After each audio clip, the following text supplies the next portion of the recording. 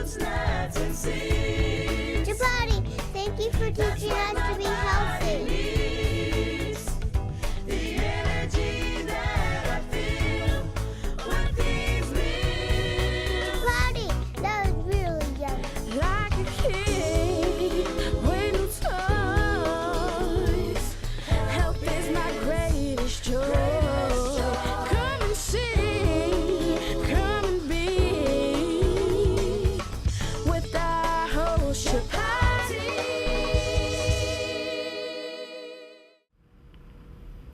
Hello and welcome to Food with Life. I am your host Chapatti, and we're here at the wonderful seminar Renew You in Los Angeles, California. And we are very revered to have a very special guest here. He's the creator of a wonderful concept called Men Are From Mars, Women From Venus. And it is my honor to present John Gray. Oh, it's such a pleasure to see you again. Very nice. We have seen you some time back. We go back a long way. So, relationships are it's the essence of many people. So I'm wondering, in a marriage or in a relationship, what is the one most important thing? Commitment. Commitment. Every in the workplace, we don't question when things are difficult. We take 100% responsibility to do something about it. Right. Oh, this isn't working. What can I do to make it work? Right. If I need guidance, support, I'll read a book, I'll go do something. We take 100% accountability, at least those people who are successful. Right. But when it comes to marriage, people think that when there's a problem, it's always the other person's fault. And part of commitment is committing to find the love in your heart again and again and again. And one of the biggest obstacles to feeling that love is to feel that somebody is responsible for your unhappiness. How can you love someone who's punishing you or hurting you, criticizing you, bringing you down, ignoring you, neglecting you? So we keep making someone else responsible for our happiness rather than recognize what we can do in a relationship. It's not about finding someone to make us happy. It's about finding happiness in our lives and then finding someone to share that happiness. And what allows me to experience greater happiness than I could alone is feeling that I have made my partner happy. But that's an illusion, because I can't make her happy, but I can make her happier. And that's the whole distinction. So when my wife's not happy someday, I just have compassion for her. How can I help you? But I don't take it personally. Right. Because I realize it's her job. And I'm not going to say, well, honey, that's your fault. I wouldn't do that. But it's coming from a place of recognition that we're all responsible for our happiness. But in a relationship, our commitment is to do our best to share our happiness with somebody else. And when we don't have it, find a way to find it again, and then share that with them. Share it. It's so true. I feel, for example, today with my wife, she was going through some things with her family, her parents, and she said some things to me, and I reacted in not a great way, and she reacted even more, and so it got a little out of balance, and she went off into a room to stay by herself, and she wasn't doing happy. So I thought, this is the time to comfort her. So I went to her, totally pushed all that stuff away with my heart. Beautiful. And it's a similar thing, she completely changed completely. I didn't even have to say a word. You could see the heart opening, and you could see what you might say a lotus flower completely wrapping around her. And I think we all want to be able to do that. We just don't know how to do it. That's why it's so important for people to recognize one of the things we have to learn in life is how to have relationships. Right. The things we saw our parents do don't necessarily work today. It doesn't work. It doesn't work. And one of the aspects of Men Are From Mars, Women Are From Venus is talking about the differences between men and women. And there's male energy, masculine energy. There's feminine energy. And in the past, it used to be real clear cut. Men were more like this, women were more like this. Right. But as consciousness rises, we become more whole beings. Then we're able to access both feminine energy and masculine energy. We have access to that. But our physiology is still male and female. Yes. So we have to respect the physiology as we rise in consciousness and find the polarity within ourselves, which is why we're drawn to loving relationships. So in finding that inside, which is this big surge in consciousness in the last 40 years in America and around the world, and what happens is now it's easier for women to access their masculine energy. So they're saying, I want career, I want job, I want this. It's easier for men to access feminine energy. So men are saying, I don't want to burn out at work. I don't want to go work in a coal mine. You know, I want vacations. I want to spend time with my kids. I want to spend time with my family. These are more the feminine side of the enjoyment in life. So as men rise in consciousness, our challenge is not to go too far to the feminine, and the challenge for women is not to go too far to the masculine. And that's what's happening today. What you see is women's stress levels are just off the chart. Yes. Because they're too masculine. Right. And it's wrong for me to say too masculine. They haven't balanced their masculine energy to their feminine energy. And that's what I do, is help them find that balance. We're going to talk a bit about more. Okay, 1 second more, we'll jump into it. Stay with us. We're with our wonderful guest, John Gray. I am your host, Chapatti. This is Food with Life. We'll be right back.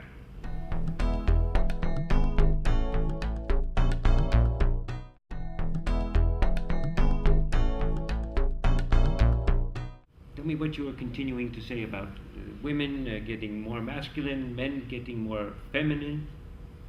Well, these are energies within us, and we Yes. all have them. Yes. And generally speaking, what's happening today, if they've done big tests on stress levels, women's stress levels in the workplace, which is more masculine energy, which has to do with urgency, emergency, sacrifice, working for money.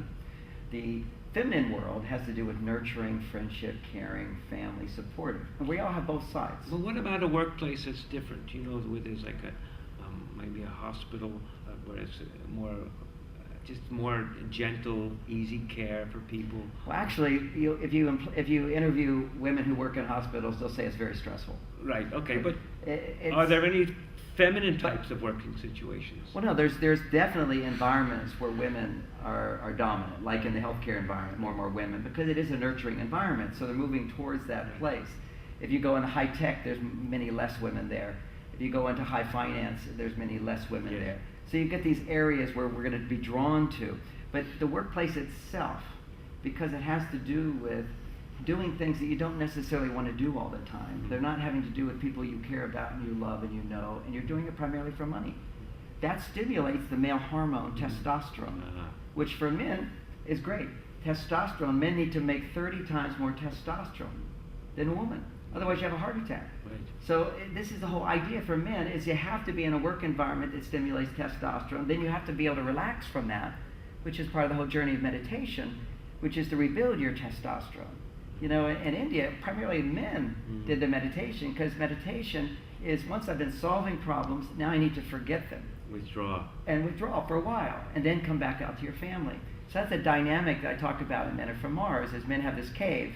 They go to work, they go to their cave. When they come out of their cave, they're really ready to connect. Right. And women don't understand that, because their need for the cave is less, because it's a different hormone that regulates women's stress level.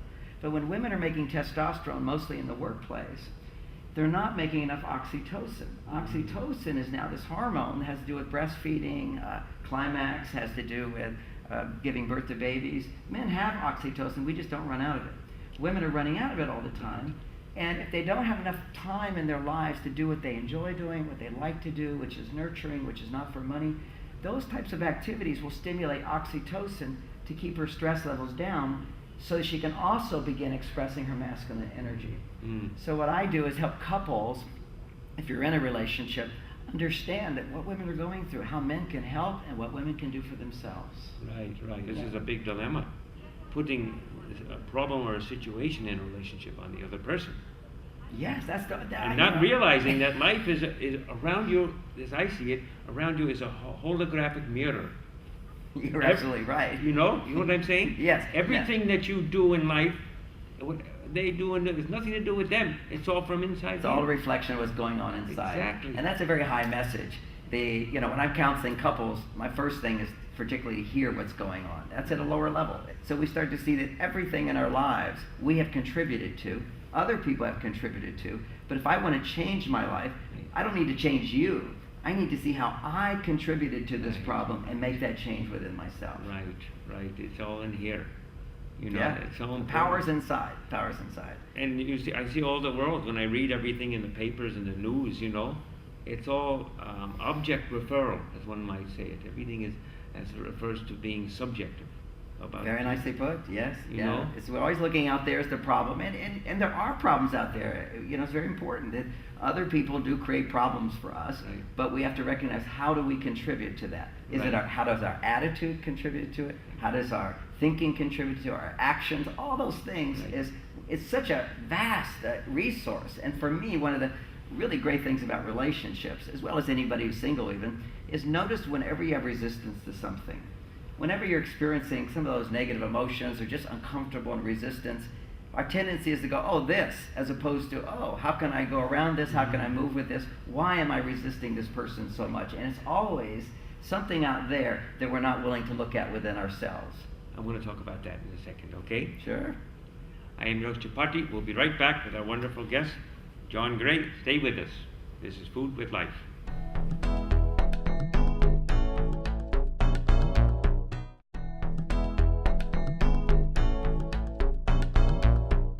So we were talking a bit about resisting. Yes. Resisting. You're seeing something outside you, and you don't feel comfortable with it. You don't like what's going on, whatever it might be, and it's causing some difficulty. Tell me a bit about resistance. Well, it's a big subject, but let's look Yes. right at marriage, Right. male-female relationship particularly. We can look at that one. And so generally there's resistance that will start to build up in a relationship. I don't like this. This is annoying to me. He's doing this. Mhm. And one of the biggest, if we make broad strokes here, often women think men are too self-absorbed, they're too selfish, they think about themselves, and women start to resist that. Then they start to resent that. Then they start to reject him for that. And it's a process of getting worse and worse. And that just general theme, and the reason they resist it is it's a very masculine quality. Just think, okay, I have to keep myself safe so I can go save everybody else. This is the basic nature of men, is I have to be thinking about me at times of danger, but why am I in danger? So I can help everybody else and protect them. Right. So it's not a narcissism, it's just men have an easy time thinking about themselves. And so what women, they have a difficult time thinking about themselves. They have female energy, just wants to nurture others, and then they kind of expect others to nurture them back. So I'm going to give freely and give freely. And the truth is, when a woman gives unconditionally, without any expectation of results or any, just giving her heart, she releases the most oxytocin, which is a stress-reducing hormone. So when she sees a baby, huge glow on her face, Yes. oxytocin surges in her body, because baby can't do anything for you, but you don't expect anything from it, so you can freely give to a child. So anyway, so she has this selflessness. So when she sees what she could call selfishness, she resists it, because she's resisting that part of herself. It's the number one complaint women have, is I give, and there's nothing left for me. Nobody gives to me. But Right. women often discount themselves. They overgive and don't create the time for themselves to do what they enjoy. And then they're wiped out. And they're wiped out, and they're Exhausted. exhausted. Right. And one of the differences for fun is that this is a physiological difference. When women are tired, they keep going. Right. Most men, when they're tired, they stop. They stop. And that's another thing women resist. Right. How can you not do this and this and this? Right. Because I'm done for the day. And she's like, why do you get to do that and I don't? I said, I'm not stopping you. Go ahead. I know what you're saying. I was at home just yesterday, and I was exhausted. My wife said, I'm having someone come on Monday. We have to have this and this cleared, everything developed. And I said, honey, I'm doing it for you. I can't do anymore. That's it. A man knows his limit. Whereas women, when they're exhausted and tired, their brain just keeps going on and on. They literally don't have an off switch in their brain. And, they found it in the brain science, which is men do have an off switch and women don't. Right. It goes on and on and on. For example, if a woman's annoyed or bothered by something, if she doesn't get nurturing, it will just keep going around and around and around. Whereas for a guy, I can forget it. Particularly, the ancient cultures would nurture this ability in men, which is what part of what meditation is learning to let go of all the problems, reconnect with yourself. Right. For women, when I go to India, women will say, oh, I can't do meditation or whatever. And historically, women were not the big meditators, but they were in service. Because when women are constantly moving, what happens is it releases this hormone, oxytocin, which lowers her stress and creates her heart opening. And she has that level of enlightenment, which is the enlightenment of the heart. Right. Now, how does dopamine play into this here? Dopamine has a huge effect. Dopamine is attention, focus, pleasure, motivation, all those things. And men run out of dopamine before women do. That's why a man can come home and sit and go, I'm not going to do anything. Right. And the woman's brain actually is having too much dopamine. I have to do this, I have to do this, I have to do this. the man runs out of dopamine, but he has plenty of serotonin. Right. And serotonin is the counterbalance. Right. Dopamine is the accelerator, serotonin is the brakes. So basically, a man comes home, men can make serotonin twice as fast as women. Right. We store twice as much, and he'll come home from work, he's run out of dopamine, so there's no motivation, and serotonin is plenty, which gives you optimism. And she says, we've got all these problems, and he says, don't worry about it, we'll do it tomorrow. And she, on the other hand, has had this high dopamine level, which Right. motivates her, keeps her motivated, Right. but she runs out of serotonin 8 times faster than a man. 8 times faster. This is why women are so much more stressed today, is that when a woman has a stress reaction, it's different from a man's, and this is all measurable. She will tend to have a stress reaction to small things. Men tend to have a stress reaction to big things. Right. And when she has a stress reaction to small things, there's 8 times more blood flow to the emotional part of her brain.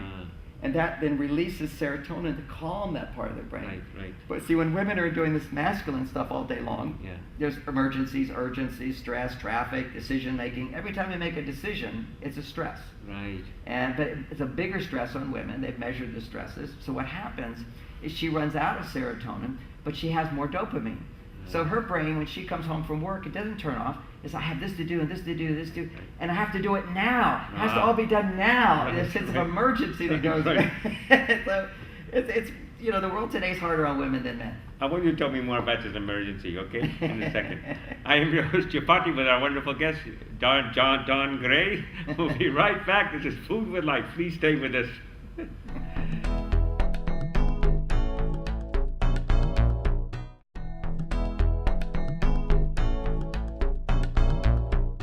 We were talking a little bit about withdrawing, before, about the men going into the cave and then coming out.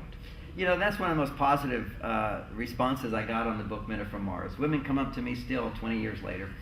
Thank you so much for teaching me about the cave. Because what I explain is that men have a greater tendency at the end of the day to want to withdraw and pull into themselves. And literally, women go, what just happened? I thought we were in this marriage. And he's like, he doesn't even see me. And it's a tendency that men have to recover from stress. And we've done research on this, and what we've seen is that when men basically forget the work, they're able to rebuild their testosterone. That's part of the whole thing of rebuilding testosterone. If you're thinking about problems, then a man's going to be solving them in his head or taking action.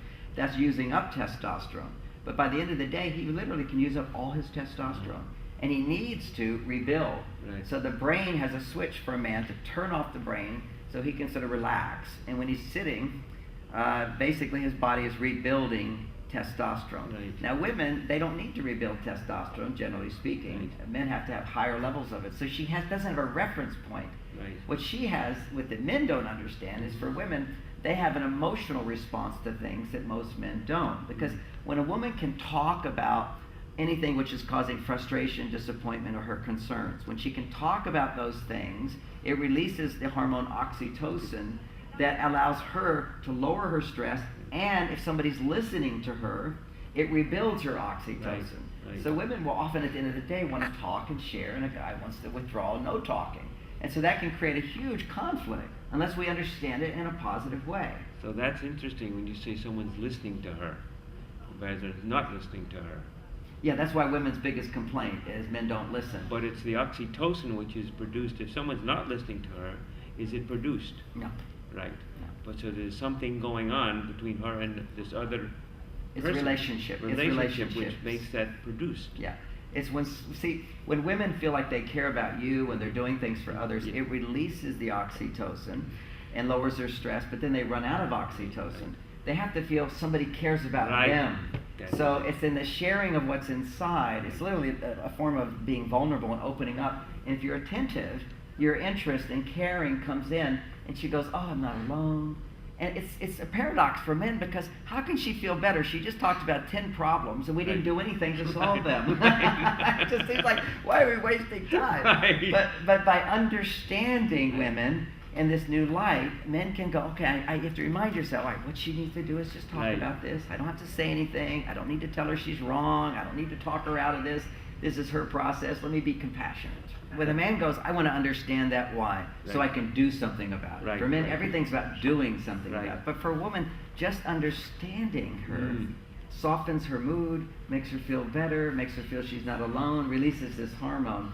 And the irony here is, in understanding brings empathy. Right. Empathy is the real critical thing. And men don't have a concept of empathy, because when we're listening to her, we think to empathize with her means I have to agree with her. Right. It doesn't mean agreement. Right. Agreement is left brain. Empathy is right brain. Yes. So what you do is you try to put yourself in her shoes. Mhm. You try to imagine, if I thought the way she did, if I had the hormone system that Right. she has, if I was designed the way Right, she was, right. I would feel the same way. Right. That's empathy. Right. But until men understand how women are different and how their experience of life is different and how they see Right, the world right. differently, how they're designed differently, you can't really have empathy. Yes, yes. How would you put the word appreciation here? Where would you put that? Well, you know, one of my books is called Work With Me, and in that book we did a big survey of 100,000 men and women. And the number one complaint women had is they didn't feel appreciated in the Right, workplace. right. And of course the guys are going, of course we appreciate the women. 90% of men said we appreciate women. Right. You know, more than half of the women said I don't feel appreciated at all. Right, right. And you go, why? So this is where men don't know how to communicate appreciation to women, and women don't know how to communicate appreciation to men. Here's a test any woman can do and just see the power of appreciation with her husband or boyfriend. When he's talking, when he pauses, instead of saying anything, just say, huh, that makes sense. Watch how he'll puff up and go, what did I say? Right. The next one is, good idea. Men love it, men love it. Another one is, you're right. Those things build testosterone in men. Now, turn it around. A woman is doing something, may I help you? Oh, tell me more. I really want to understand this. I need to understand it more. Tell me more. These kind of messages to draw her in that say, I see you, I'm available to you, that's what rebuilds the oxytocin in women. That's wonderful. We're going to take a break and say thank you. Real pleasure. But Real we will pleasure. see you again. Okay. And I'm so blessed to have you, and our honor, Mr. John Gray, wonderful author of Men Are From Mars, Women From Venus, has a wonderful website, marsvenus.com. And we thank you very much for watching Food with Life. We'll see you very soon. Have a nice day, a nice evening, and enjoy. Thank you. Bye-bye.